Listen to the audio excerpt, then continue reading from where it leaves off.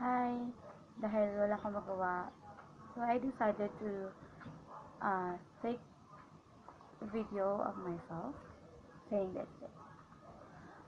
Long distance relationship. Pag sinabi kasi natin long distance relationship, it's, for me, it's a hard relationship. Right now, Since I am on a long distance relationship, I just want you to know these things about us. Kung yung mag-boyfriend and girlfriend nga na magkasama na here nahihirapan sila, what if kung long distance relationship pa? For us, sobrang hirap talaga kapag pumasok ka sa long distance relationship. Pero, maraming nagsasabi na once na pumasok ka sa long distance relationship, you are a strong person. And it's true. Kasi kapag pumasok ka sa long distance relationship, kailangan mo maging matapang. Kailangan mong maging malakas. At panindigan lahat kung ano man yung gusto mo sabihin. For me, as on a long distance relationship, para sa akin sobrang hirap. Kasi ako yung taong ma-effort. Ako yung taong gusto ko bawat minuto, bawat kahit anong okasyon sa buhay mo, gusto ko na surprise kita. Since na pumasok ko sa long distance relationship, and this is my first time na pumasok talaga sa long distance relationship, mahirap talaga siya para sa akin.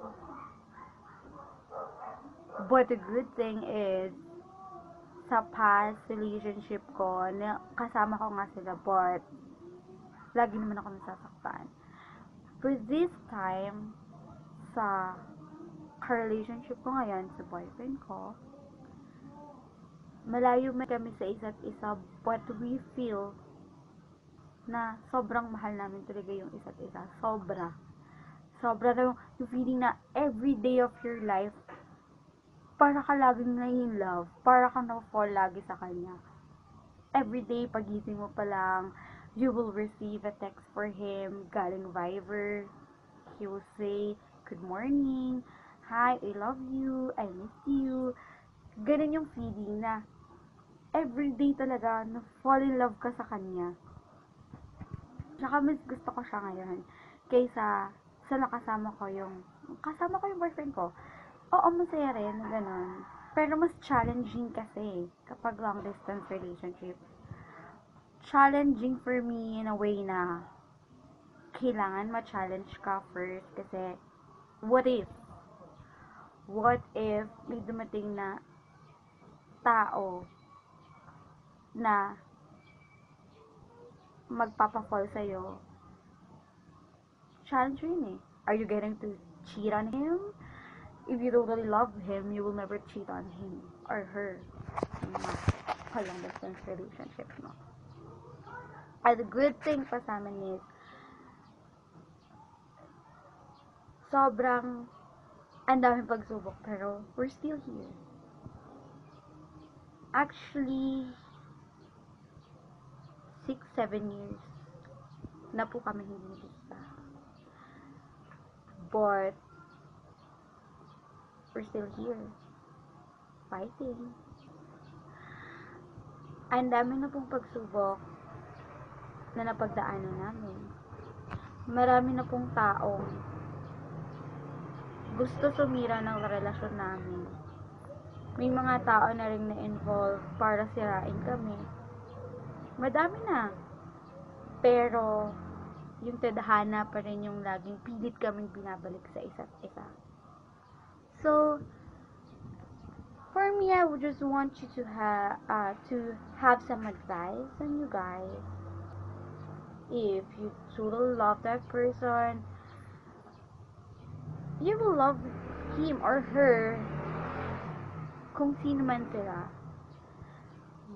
You will love them as who they are. Yung tipong lahat mamahalin niya para sa kanya. Lahat ng pangit sa kanya, mamahalin niyo. I mean, mabaho man yung utot niya, you can accept it.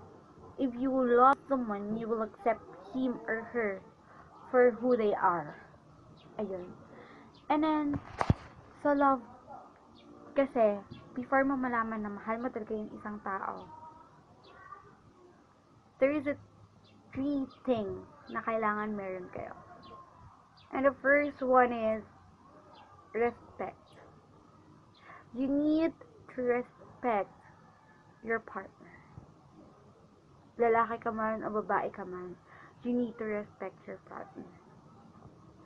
Pag wala yung respeto, hindi ka mahal ng taong yan.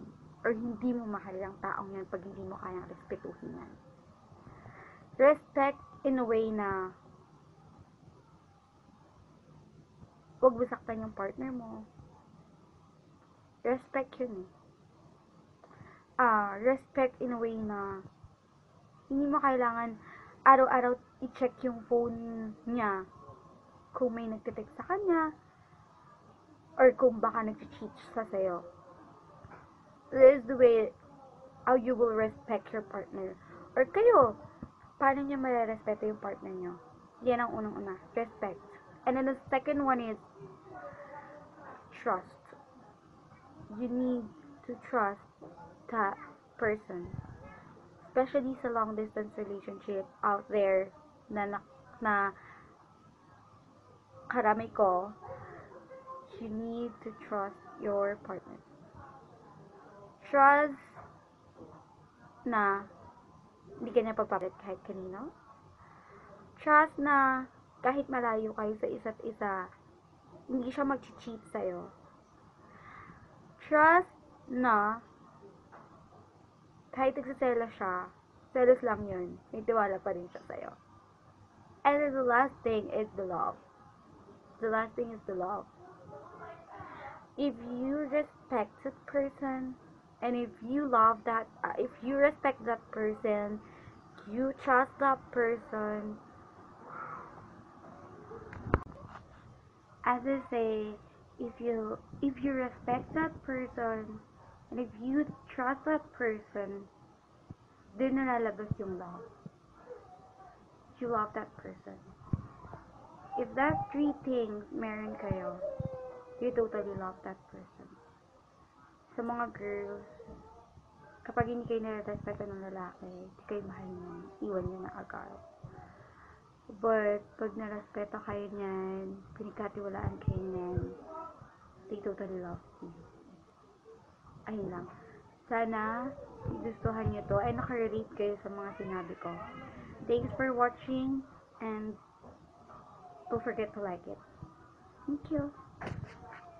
Wait. Para sa taong mahal ko, I love you and I will always love you kahit gaano ka man kalayo. There is a lot of miles and miles away for each other. Alam ko, hindi hadlang yun para sa atin. So, that's all. I love you and I miss you so much. See you soon.